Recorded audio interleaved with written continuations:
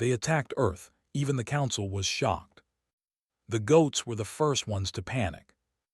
Nadia had been on the mountain since before dawn, checking the upper fence line where something had been getting through and taking the young ones. She was on her knees in the wet grass with a flashlight in her teeth when the sky turned white. Not sunrise, not lightning. White the way a welding arc is white, total and directionless, coming from everywhere at once. She stood up, and the flashlight fell out of her mouth. There were 7 of them, 7 shapes above the cloud line, each one larger than anything that had any right to be in the sky. They did not move the way aircraft move. They did not bank or drift. They simply were in one position and then they were in another, the way a thought moves. Below each one, a column of dense orange light was dropping toward the surface, not exploding on impact but pressing down, cutting, systematic. Her radio crackled. It was her brother in the valley. He said, "Are you seeing this?" She said, "Yes." He said, "The army base near Tirana just stopped transmitting." She looked at the shapes in the sky for another moment. Then she went to the truck, drove down the mountain, and started making calls to every person she knew who owned a generator and had not lost their mind. By midday she had 11 people in her barn, and a plan that would have seemed completely absurd 24 hours earlier. The Harathi had spent 3 years studying Earth before they came. Their intelligence files were thorough where they needed to be and lazy where they assumed it did not matter. They had mapped every military satellite, every radar installation, every naval base, every missile silo. They had cataloged the weapon systems, the command structures, the chain of authority that would need to be severed to make resistance impossible. They had not cataloged Nadia's barn. They had not cataloged the 11 people in it, or the 14 generators now humming in the fields outside, or the radio network that was being wired together using parts from farm equipment, and 2 old broadcast towers that had been sitting in a field since before Nadia was born. They had not cataloged any of the 10,000 things like it happening right now in valleys and basements and fishing boats and forest clearings across the planet. The Harathi model of conquest was elegant and well-tested. You struck the command layer hard and fast. You severed communication. You put ships in the sky where everyone could see them. The population, faced with the impossibility of organized resistance, would look to its leaders for instructions. The leaders, faced with destruction, would calculate survival. A surrender would follow. It had worked against the Dressi. It had worked against the Yanari. It had worked against 4 other species in the past 200 years. What the model required was a population that waited for permission to resist. Humanity had not read the model.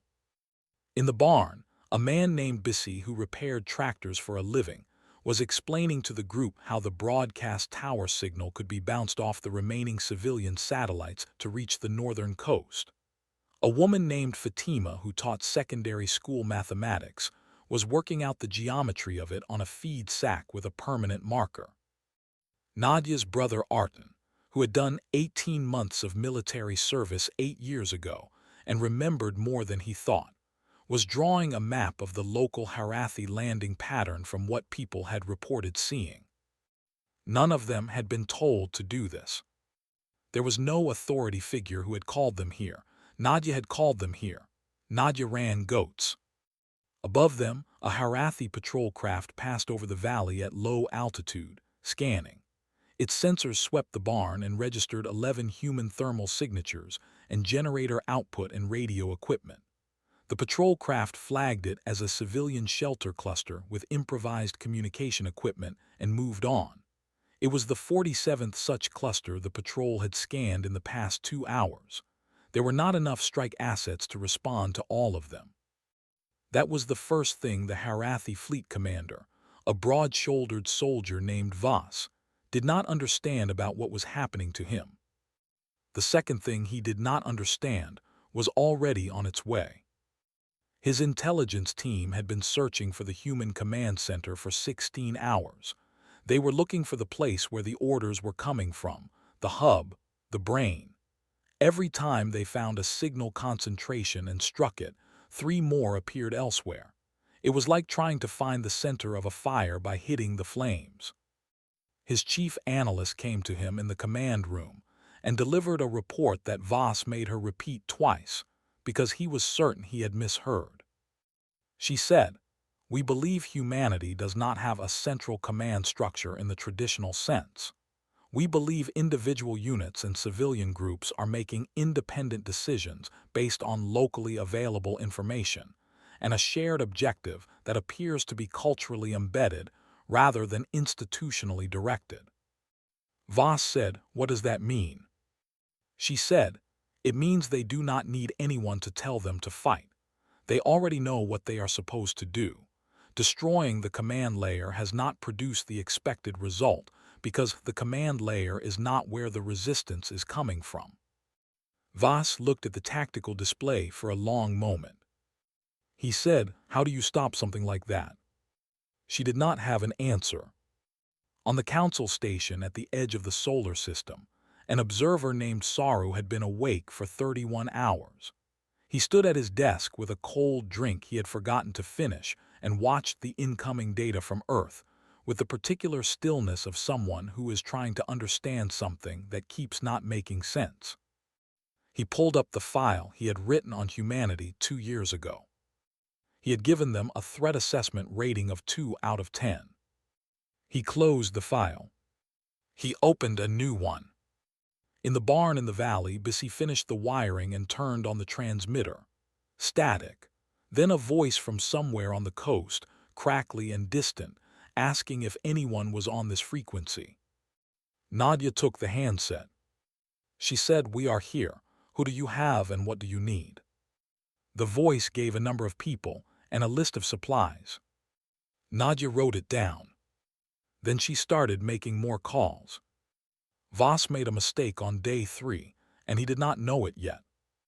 He ordered his patrol craft to begin active suppression of civilian communication networks, not military ones. Those were already down.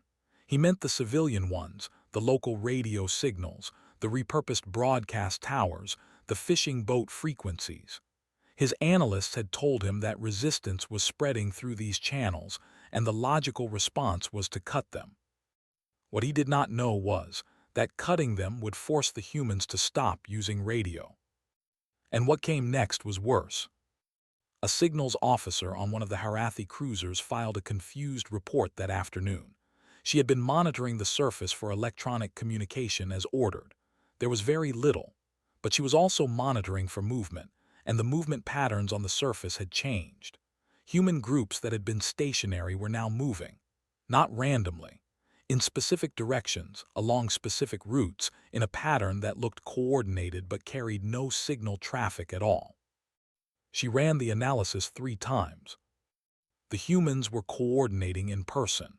They were sending physical messengers, runners, cyclists, people on horseback in regions where that was faster. They had responded to the suppression of their communication networks by removing the electronic layer entirely and going back to something the Harathi sensors were not calibrated to detect as military activity. The signals officer escalated the report. It sat in Voss's queue for 4 hours.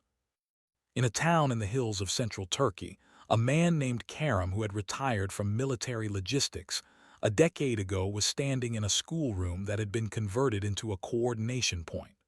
The walls were covered in paper maps, physical ones, printed before the attack, pulled from school supply rooms and city archives and the backpacks of hikers. Colored pins marked positions, string marked routes. People came in, gave their reports verbally, and left with instructions written on paper. Karam had set this up in 18 hours. He had not asked for authorization from anyone. There was no one to ask. The regional governor's office was not responding. The national emergency line was not responding. The military installation 300 kilometers north had gone silent on the first day. So Karam had made a map. Now the map was telling him something interesting. 3 separate groups had independently reported the same thing. The Harathi landing parties in the lowland areas were not spreading out. They were holding tight clusters around their landing sites, which were all positioned near major roads and population centers. They had not moved into the interior. They had not pushed into the hill country or the rural areas at all. Karam thought about why a conquering force would not push into the interior. He thought, because the interior is where the resistance is, and they do not want to fight in terrain they do not control. He thought they are waiting for us to come to them. He moved a pen. He wrote 4 words on a piece of paper and gave it to a runner. The runner got on a bicycle. 300 kilometers away, Nadia received the piece of paper, read the 4 words, and immediately understood what Karam was suggesting. The 4 words were, "Do not go down." On the council station, Saru had finally slept for 4 hours and woken up to a set of sensor reports that he read in bed without getting up, because his legs felt like they had forgotten how to work. The reports showed that the Harathi ground presence on Earth was not expanding. After 3 days of occupation, their controlled territory was essentially the same size it had been at the end of day 1. They held the low ground, the flat ground, the obvious ground. Everything else was still human. He pulled up a comparison map of the Dressi campaign. By day 3, the Harathi had controlled 80% of Dressi territory. He pulled up the Yanari campaign.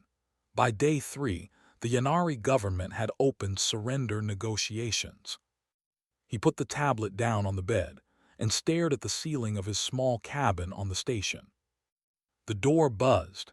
It was Tura. She came in without waiting for a response because they had reached the point in the crisis where nobody was waiting for anything. She said, "Gren wants a full briefing. He is calling the council to an emergency session." Saru said, "What does he want to tell them?"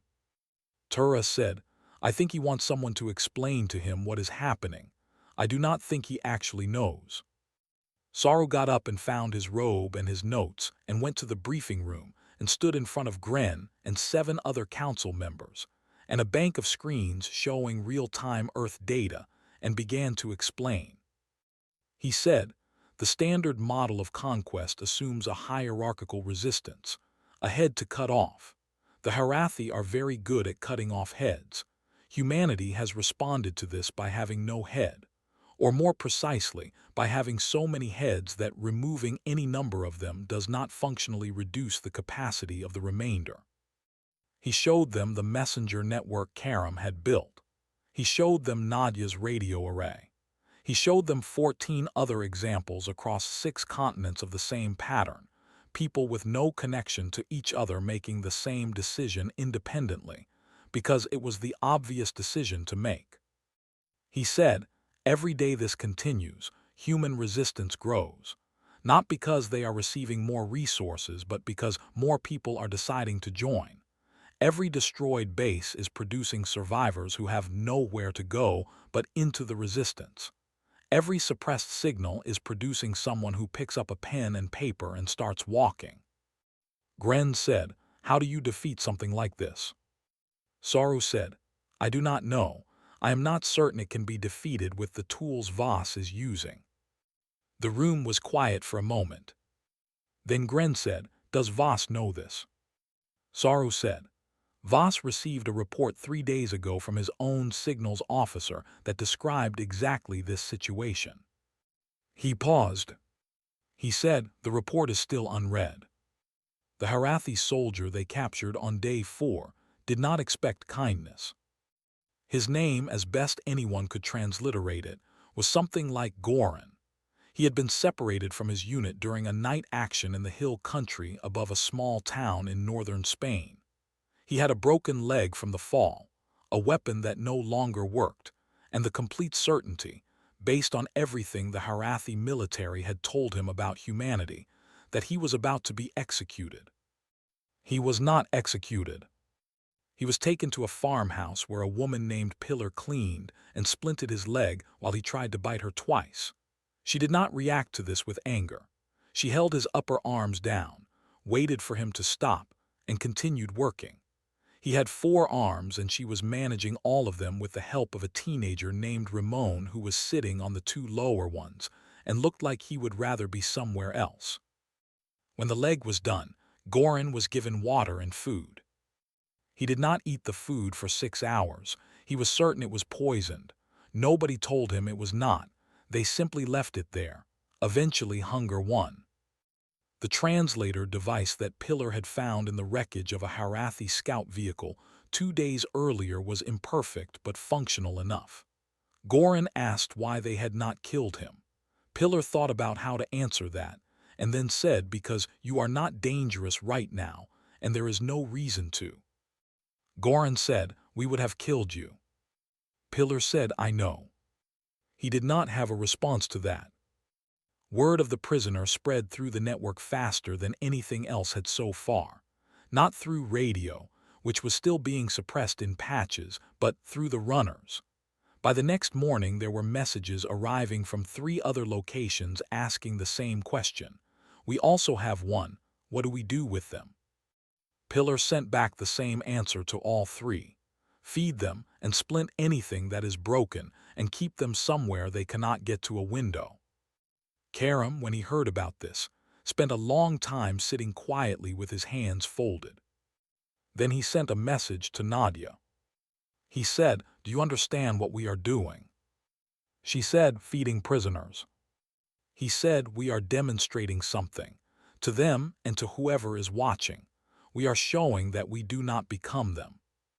On the council station, Saru was absolutely watching.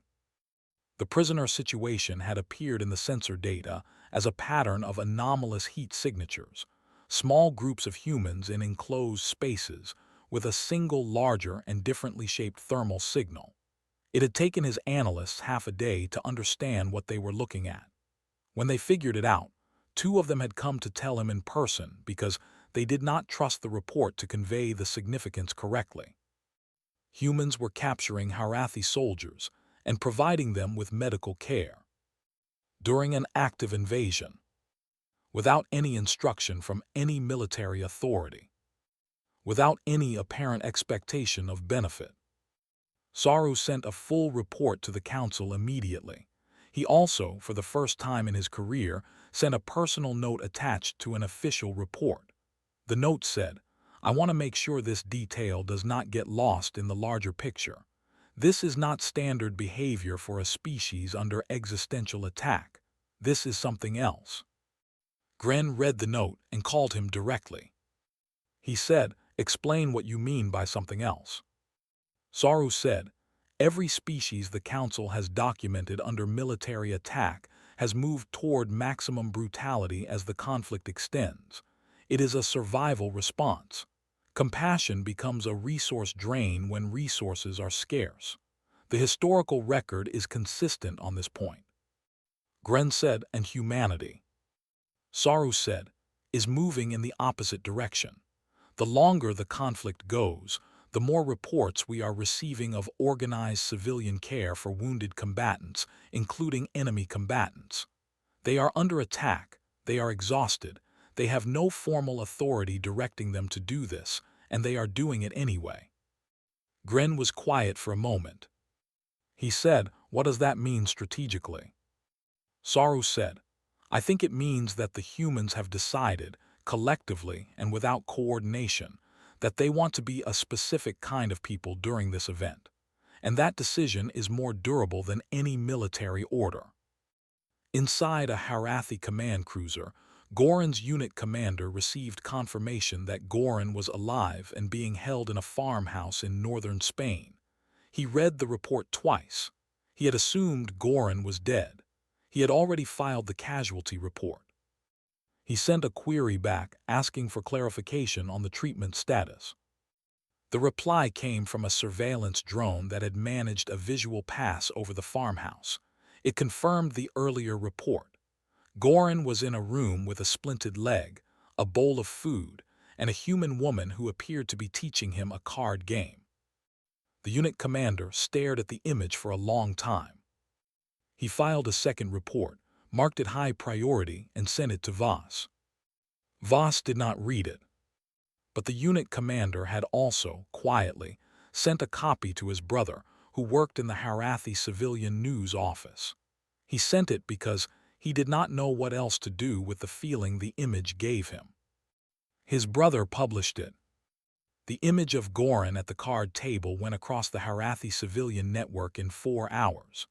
It was small and grainy from the drone optics, but the splinted leg was clear, and the bowl of food was clear, and Pillar's expression, which was one of mild focus as she explained the rules, was unmistakably ordinary. The Harathi public had been told that humanity was a violent, primitive species that had to be contained.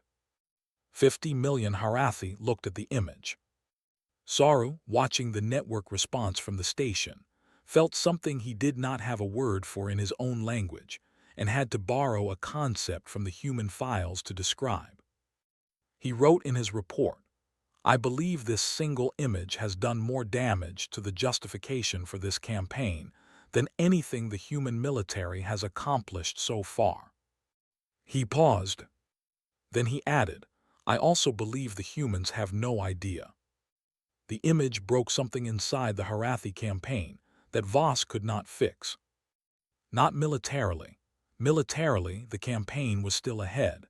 The Harathi fleet still controlled orbit. Human space capability was still destroyed. The numbers still favored Voss by a significant margin.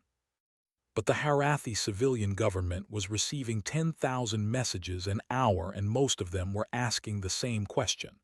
The question was, why are we doing this?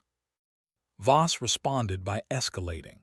He ordered a third wave of strikes, targeting the communication infrastructure that had been rebuilt in the weeks since the opening attack.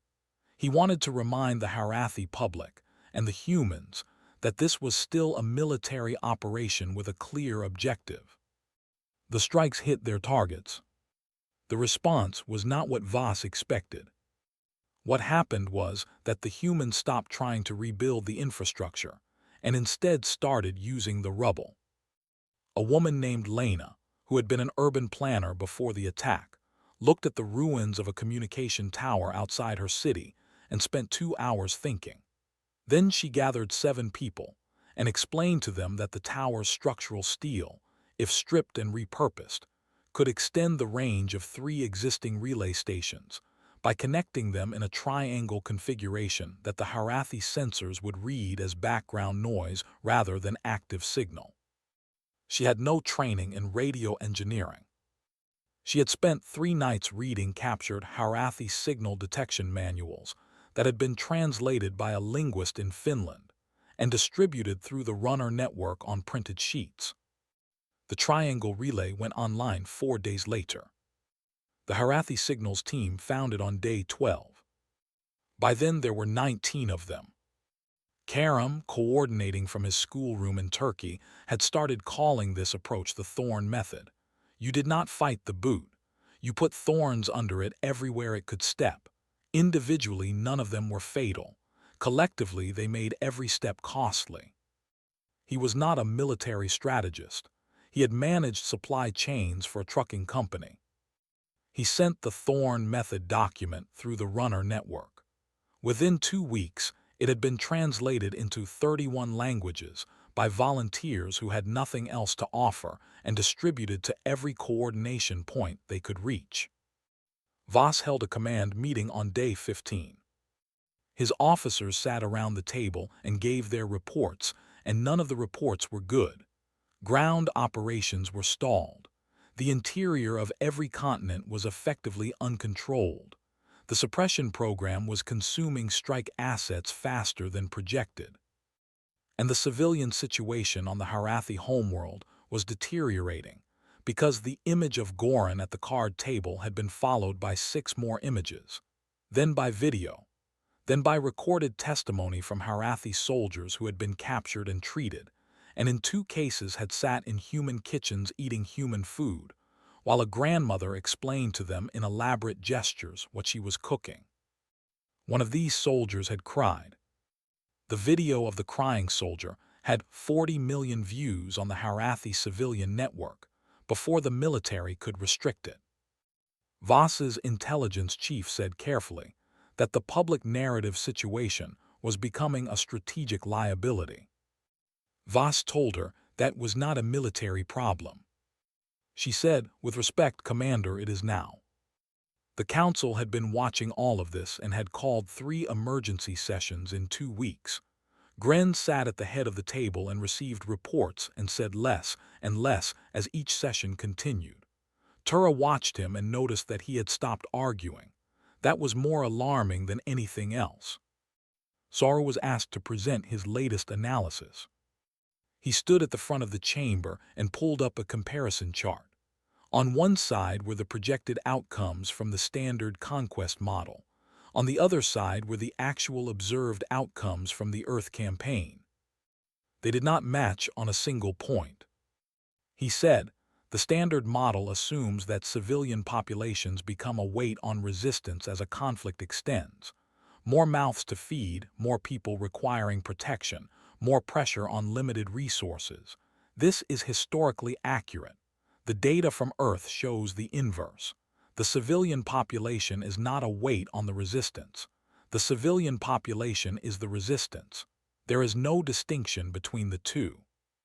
He put up the Thorn Method document, translated for the council. He said, "This was written by a man who moved trucks. It has been adopted as operational doctrine by an unknown but large number of groups across the planet. It was not distributed by a military authority. It spread because people read it and thought it was correct and passed it on to the next person." He paused and looked at the council. He said, "I want the council to understand what we are observing. We are watching a species under existential attack spontaneously organize into a coherent resistance without a center, without authority, without any mechanism we would recognize as command and control. They are doing this because they individually want to, not because they are ordered to, not because they are afraid, because this is apparently what humans do." One council member from the outer systems, a species that had never interacted with humanity directly, asked a question. She said, "What happens when humans win?" The room went quiet. Saru said, "That is exactly the right question." He said, "I have been modeling outcomes for the past week. If the campaign continues at current trajectory, the Harathi fleet will be at non-sustainable attrition within 20 days. But that is not the question I think you are asking." She said, "I am asking what kind of species joins this council after surviving something like this." Saru thought about Pillar and her card game. He thought about Lena and her 19 relay triangles. He thought about the grandmother cooking in her kitchen while a Harathi soldier cried at her table. He said, "I think we will have a neighbor who knows exactly what it is capable of and is not afraid to use it." He said, "I also think we will have a neighbor who will sit down at a table with anyone willing to sit." He said, "I find both things equally important." Gren looked at the chart on the wall for a long time. He said softly, more to himself than the room, "We should have introduced ourselves properly, before any of this." Nobody disagreed with him. Voss made his last mistake on day 19, and this time he knew it immediately. He had received a list of the prisoner locations through his intelligence network. 14 farmhouses, 3 school buildings, 1 fishing boat, and a monastery in the mountains of Georgia where 6 Harathi soldiers were being held in what the surveillance drone described as comfortable conditions. He had the coordinates. He had the strike capacity. He issued the order. His second-in-command, a woman named Asa who had served under him for 11 years, stood up from her seat and said, "Commander, I cannot execute that order." The room went very still. Voss looked at her. She said, "Those are prisoner locations. Striking them kills our own people along with theirs." He said, "Those soldiers are a liability. The images coming out of those locations are destroying this campaign's political foundation." Asa said, "Then the campaign's political foundation was not sound to begin with." Nobody else in the room moved or spoke. Voss said, "That is an act of insubordination." She said, "Yes, file the report when this is over, but I will not strike those locations and neither will anyone else in this room." She looked around the table as she said it. Not one person looked away from her. Voss stood and left the command room. He went to his private quarters and sat at his desk and looked at the wall and understood, for the first time in 19 days, that he had lost, not just the campaign, something else, something he did not have a clean word for. Asa sent a transmission to the Harathi civilian government within the hour. She said, "This command is requesting immediate review of operational authority. There are concerns about the current direction of this campaign that require civilian oversight." The government responded in 3 hours. They said operational authority is suspended pending review. All strike orders are frozen. You are directed to hold current position. Then they contacted the council. Nadia did not know any of this when she woke up on day 20. She knew only that there had been no strikes overnight, which was unusual. She went to the upper fence line out of habit and checked the same spot she had checked 3 weeks ago, the same gap where something had been getting through and taking her young ones. The gap was still there. She found a piece of wire and fixed it.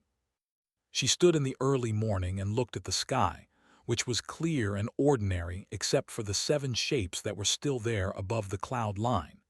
They had not moved in 12 hours. Her radio crackled. It was Karam. He said, "Something is happening. No strikes since midnight. No patrol craft movement in the eastern region since 0300. She said, "What do you think it means?" He said, "I think someone up there made a decision." On the council station, the decision had already cascaded into a full emergency session. The Harathi civilian government's suspension of operational authority had triggered the council's mandatory review protocol for any armed conflict within 100 light-years of registered space. Gren had convened the session in 20 minutes and had not left the chamber since. The Harathi civilian representative, a careful diplomat named Oren, sat across from the council and delivered a statement that had clearly been written in a hurry, but was precise where it needed to be. He said the Harathi government had never formally authorized a campaign of this scope or duration against an unregistered species. He said the military command had operated outside its authorized parameters. He said the government was prepared to enter immediate ceasefire negotiations. Gren asked who would negotiate on behalf of humanity. Oren said he assumed the human military command. Gren said, "There is no central human military command." Oren looked confused. Gren said, "We have been trying to explain this for 2 weeks. There is no single authority on Earth that can agree to a ceasefire on behalf of all humans. The resistance is distributed. It has no head." Oren said, "Then who do we talk to?" Gren thought about this. He said, "We talk to whoever is available and whoever the others will listen to. I have been told that there is a woman in Albania who has been coordinating communication across the region since day 1. There is a logistics man in Turkey who has been running supply and information networks for 3 weeks. I am told that many people listen to them." He said, "I suggest we start there." Saru was already writing the transmission. He had the frequency for Nadia's relay network from the sensor logs. He composed the message carefully in the translator format, kept it short, and sent it on the frequency. It reached the barn in Albania in 40 seconds. Nadia read it, then she read it again. Then she went and found Ramon, who was 17 and had been helping her run the network for 3 weeks, and showed it to him. He read it and said, "They want to talk to you." She said, "Apparently." He said, "What are you going to say?" She thought about 19 days, about the gap in the fence that things kept getting through, about Goran in his farmhouse playing cards with Pillar because a woman in Spain had decided that a broken leg was a broken leg regardless of how many arms were attached to it, about Karam's pins on paper maps, about Lena's 19 signal triangles, about the runners on bicycles, the messages on feed sacks, the generators in the fields, the grandmothers in the kitchens. She picked up the transmitter. She said, "This is Nadia. I am listening. Tell me what you are offering and I will tell you what we need." There was a pause. Then Saru's translated voice came back. He said, "That is a very good place to start." In the command room of the Harathi flagship, Asa read the exchange on the monitor and felt something unlock in her chest that had been tight for 19 days. She turned to the officer beside her and said, "Log it. Ceasefire communication initiated." The officer typed it in. Then Asa went to the viewport and looked at the blue planet below and thought about Goran, who had sent a message 2 days ago saying the human woman had taught him a card game, and he was starting to understand how it worked. She thought, that is more than we managed in 3 years of watching them. The ceasefire agreement was the strangest document the Council had ever entered into its official record. It had 47 signatories on the human side. Not 47 governments, not 47 military commanders, 47 individual people who had been running pieces of the resistance and who had been contacted through the relay network, and who had each independently agreed to the terms after reading them, and in several cases arguing about specific language and requesting changes that the Council's translation team had to work through one at a time. Karam had asked for a clause about the return of personal property destroyed during strikes. The Harathi government's legal team had spent a day on it. The clause was included. A fisherman from Norway named Havard, who had been running a supply line along the coast for 3 weeks, had asked that the agreement specifically acknowledge that the attack had been unprovoked. The Harathi government had resisted this for 2 days. Havard had said he would not sign without it. Nadia had told the Council that Havard's signature mattered because his network covered the northern sea routes, and without it the agreement would be incomplete. The acknowledgement of unprovoked attack was included. When the document was finally complete and all 47 humans had transmitted their agreement, and the Harathi government had countersigned, and the Council had witnessed it, Gren sat back in his chair and looked at the ceiling of the Council chamber for a long moment. Tura asked him what he was thinking. He said, "I am thinking that this is the only ceasefire agreement in Council history where one side negotiated by committee and still finished faster than the other side." The Harathi fleet withdrew over 6 days. The ships rose out of low orbit one by one and moved to the transit point and disappeared. From the ground they were visible going, each one a bright point climbing the sky and then winking out. People watched them from fields and rooftops and the upper fence lines of mountain farms. In a farmhouse in northern Spain, Goran watched the fleet withdraw through the window that Pillar had finally let him near. His leg was mostly healed. He had learned the card game. He had also, in 3 weeks of proximity, learned approximately 40 words of the local language, most of them related to food or tools because those were the things people talked about most in the farmhouse. Pillar came to stand beside him at the window. She said, "Your people are leaving." He said carefully in her language, "Yes." She said, "What will you do?" He thought about it for a long time. The Harathi word for what he was feeling did not translate well through the device. The closest human word, as best he understood from 3 weeks of observing humans use it, was probably something like ashamed. But that was not quite right either. It was ashamed combined with something that had no clean name, the feeling of having believed something for a long time and then seeing, very clearly, that it was not true. He said, "I do not know yet." She nodded, and they stood at the window until the last ship was gone. The Council's formal invitation to humanity arrived 3 months after the ceasefire. It went to the Provisional Coordination Office that Karam had established in the schoolroom in Turkey, because that was the closest thing to a central address that the Council had been able to identify. Karam read it twice and then called Nadia. She said, "What does it say?" He said, "They want us to join. It says the invitation is extended on the basis of demonstrated resilience, ethical conduct during armed conflict, and what they call cross-cultural competency, which I think is the formal way of saying that we fed their soldiers and taught them card games. Nadia said, "Is that a good reason to invite someone?" Karam said, "I think it might be the best reason."